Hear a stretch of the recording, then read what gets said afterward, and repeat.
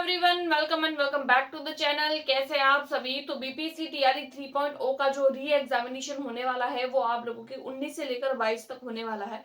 आज की वीडियो में हम लोग डिस्कस करेंगे कि हम लोग जो है वो अपने बीपीएससी टीआरई 3.0 के ओ एग्जामिनेशन के लिए किस तरीके से तुक्का लगा सकते हैं।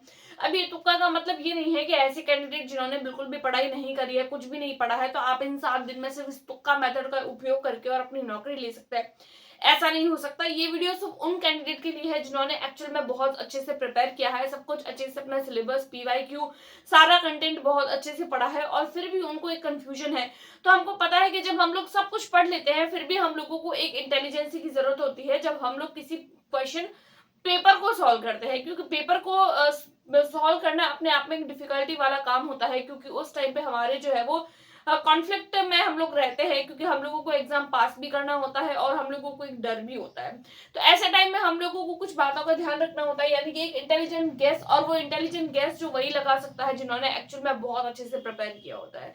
अगर चैनल पर पहली बार आए तो प्लीज वीडियो को लाइक करके चैनल को सब्सक्राइब कर दीजिए, क्योंकि इसी तरीके की वीडियो और भी नॉलेजेबल वीडियो हम हमारे चैनल पर आते रहते हैं। सबसे पहले तो हम लोग बात करेंगे कि तुक्का कैसे लगा सकते हैं हम लोग एग्जाम के लिए। तो देखिए, तुक्का जो है वो उन्हीं के लिए है जिन्होंने बहुत अच्छे से प्रिपेयर किया है। तो इसके लिए हमारे पास में सबसे पहली बात जो आप लोगों को ध्यान रखने की जरूरत है, दो बातें मैं आप लोगों को ध्यान रखने की है, सबसे पहले वो बताऊंगी, देन मैं आप लोगों को तुक्का वाला मेथड बताने वाली हूँ। सबसे पहले तो आप लोग ध्यान रखें कि अगर आप लोग पहली बार एग्जाम देने जा रहे हैं, अब री एग्जाम है तो ऑब्वियसली आप लोगों का दूसरी बार होगा, तो ध्यान रखें आप लोगों को अपने एग्जाम के टाइम में टाइम मैनेजमेंट का ध्यान रखना है। क्योंकि लास्ट टाइम भी बहुत ज्यादा कैंडिडेट्स की ये गड़बड़ हो गई थी कि वो टाइम को मैनेज नहीं कर पाए थे, क्योंकि ऑप्शन जो है वो आप लोगों को 5-5 ऑप्शन देखने को मिलते हैं। क्वेश्चन भी काफी लेंदी होता है। जब क्वेश्चन को पढ़ते हैं देन हम उसका आंसर करते हैं, उसका ऑप्शन पढ़ते हैं, तो काफी हमारा समय जो होता है उसमें खराब हो जाता है। 150 क्वेश्चन होते हैं, 150 मिनट होता है, और इतने टाइम में इतने लेंथी क्वेश्चन को पढ़ना, देन उसको सबको समझना, सीखना, एंड देन उसका आंसर करना, ओएमआर भरना, तो काफी डिफिकल्ट होता है। और बहुत सारे कैंडिडेट की लास्ट टाइम भी यही शिकायत आई थी कि वो अपना टाइम मैनेज नहीं कर पाए हैं और लास्ट टाइम में बहुत सारे क्वेश्चन उन्होंने बिना पढ़े ही डायरेक्ट आंसर कर दिए। तो आप लोगों के साथ में भी ऐसा ना हो, तो इस बात का ध्यान रखिए कि आप लोगों को टाइम मैनेजमेंट करना आना चाहिए। फर्स्ट आप लोग टाइम मैनेजमेंट का ध्यान रखें, देन आप लोगों के ओएमआर शीट, क्योंकि पेपर कोई ऑनलाइन तो है नहीं, ऑफलाइन पेपर होने वाला है। ओएमआर शीट पर एक बार ओएमआर अगर आप लोगों ने भर ली तो बाद में आप उसको क्रॉस नहीं कर सकते, उसको मैं किसी भी तरीके का कोई चेंजेस नहीं कर सकते। चाहे आप लोग अपने रोल नंबर भरते हैं, चाहे आप लोग अपनी लैंग्वेज पढ़ते हैं, चाहे आप लोग अपने सब्जेक्ट भर रहे हैं, कुछ भी भर रहे हैं, रोल नंबर भरते टाइम भी ध्यान रखना है। देन आप लोग जो अपने आंसर्स भरते हैं उसको भरते टाइम भी आप लोगों को ध्यान रखना है, क्योंकि अगर एक बार सीरीज गड़बड़ हो जाती है ना, तो पूरी की पूरी सीरीज गड़बड़ हो जाती है। चाहे हम लोगों ने कितनी भी मेहनत करी है, वो सारी की सारी मेहनत जो है वो हमारी बेकार चली जाती है, सिर्फ ओएमआर की वजह से, क्योंकि एग्जाम का प्रेशर ही इतना रहता है, इतने हेजिटेट रहते हैं हम लोग एग्जाम टाइम में। तो ध्यान रखें ओएमआर फिल करते टाइम पे जो है वो हम लोगों को बातों का ध्यान रखना है कि ओएमआर को बहुत अच्छे से फिल करना है, ध्यान से, आराम से, चाहे 2 की जगह 4 मिनट लगे हम लोगों को वेट करना है, लेकिन आराम से देख के हम लोगों को ओएमआर शीट भरनी है। राइट, उसके बाद में हम लोग बात करेंगे। देखिए, अगर हम लोग तुक्के की बात करें तो तुक्के वाले जो चीज है वो उन लोगों पर लागू हो रही है जो काफी समय से पढ़ रहे हैं। तो देखिए, हम लोगों के जो एग्जाम होता है उसके अंदर सबसे पहले तो है वो बहुत इजी क्वेश्चन भी नहीं पूछे जाते, ना ही ज्यादा टफ पूछे जाते हैं, मॉडरेट लेवल के होते हैं। और कुछ क्वेश्चन ऐसे होते हैं जो बहुत ज्यादा इजी होते हैं, वो तो हर एक कैंडिडेट कर पाता है, और बहुत सारे क्वेश्चंस ऐसे भी होते हैं जो एक हाई लेवल के होते हैं। तो उस टाइम पे आप लोगों को ये बात का ध्यान रखना है कि ऐसे क्वेश्चंस जो बहुत ज्यादा इजी है तो उस पर आप लोगों को अपना समय खराब नहीं करना है। ज्यादा समय आप लोगों को इजी क्वेश्चन पर नहीं खराब करना है, क्योंकि हम लोगों को आगे जाकर अपना टाइम मैनेज भी करना है। क्योंकि जो टफ क्वेश्चन होंगे, जो ज्यादा बड़े होंगे, जिनको हम लोग नहीं कर पा रहे हैं, या ऐसे क्वेश्चन जो हम लोगों को याद है बट हम लोग एलिमिनेट नहीं कर पा रहे हैं, उसको अगेन से रिकॉल जो है वो नहीं कर पा रहे, तो ऐसे क्वेश्चंस के लिए हम लोगों को हमारा टाइम बचाना होता है। तो एक बात का ध्यान रखें, अगर आप लोग पेपर को दे रहे हैं तो इजी क्वेश्चंस जो बहुत ज्यादा इजी है आपको आ रहे हैं, उस क्वेश्चन को बार बार ना पढ़े, एक बार पढ़ लिया देन हम उसके आंसर पर टिक करके और आगे निकल जाएंगे। ऐसा नहीं है कि है तो बहुत इजी क्वेश्चन लेकिन फिर भी हमको डाउट है, क्योंकि इजी क्वेश्चन में डाउट होने के चांस ही नहीं रहते।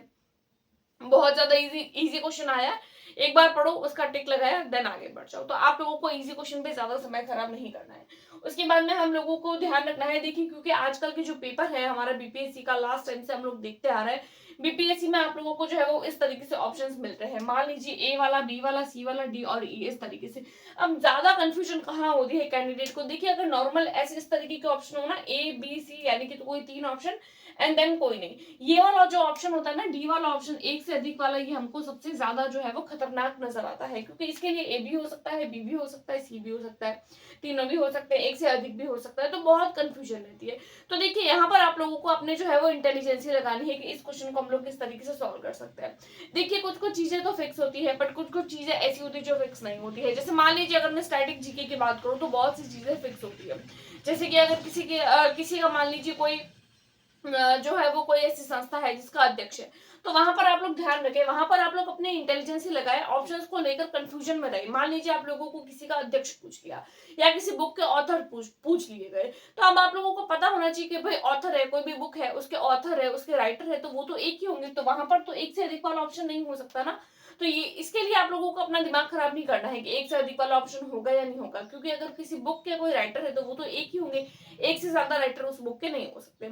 उसके अलावा अगर कोई भी दिवस होता है, जैसे मान लीजिए कोई भी दिवस आ गया, जैसे मतदाता दिवस हो गया, या फिर जल दिवस हो गया, पृथ्वी दिवस हो गया, या फिर विश्व एड्स दिवस हो गया, इस तरीके के कोई दिवस होते हैं, तो ये भी एक ही दिन होंगे। अब कोई दिवस एक से ज्यादा दिन पे नहीं हो सकता, तो यहाँ पर भी आप लोगों के कोई भी एक होगा या फिर कोई नहीं होगा, तो उस समय पे आप लोगों को एक से अधिक वाला ऑप्शन नहीं लगाना है। तो इस तरीके के जो क्वेश्चंस होते हैं उसमें आप लोगों को अपना ज्यादा समय खराब नहीं करना है, इस बात का ध्यान रखें। और कुछ कुछ क्वेश्चन फिक्स होते हैं, और वो जैसे कि आप लोगों ने मान लीजिए 1857 की क्रांति पढ़ी है, आप लोगों ने भारतीय राष्ट्रीय आंदोलन पढ़ा है, तो उस तरीके के जो क्वेश्चन होते हैं उसमें आप लोगों को एक से अधिक वाले ऑप्शन ज्यादा देखने को मिलेंगे, और वो क्वेश्चन वही लोग सॉल्व कर पाएंगे जिन्होंने बहुत अच्छे से बहुत ज्यादा डेप्थ में पढ़ा है।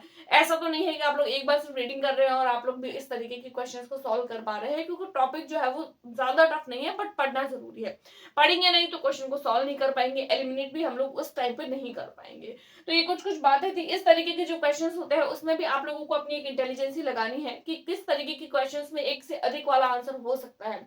अब कॉमन सेंस वाले क्वेश्चन होते हैं, उसमें तो आप फिक्स कोई चीज हो गई तो उसमें एक से अधिक कैसे होगा, कोई भी एक चीज है उसका तो उसका एक ही आंसर होगा, एक से ज्यादा आंसर कैसे हो सकता है। उसके बाद में हम लोग बात कर लेते हैं आप लोगों के नहीं वाले क्वेश्चन।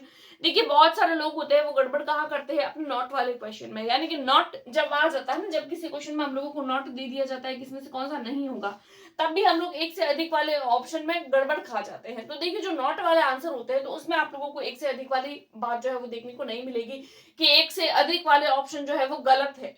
हम लोगों से पूछते हैं ना कि निम्नलिखित में से कौन सी एक जो बात है वो इसको लेकर गलत है, तो वहां पर आप लोगों को इस तरीके के ऑप्शंस देखने को नहीं मिलेंगे कि एक से अधिक यहाँ गलत है। और ये चीज भी आप लोग तभी सॉल्व कर पाएंगे जब आप लोगों ने उसको अच्छे से पढ़ा होगा।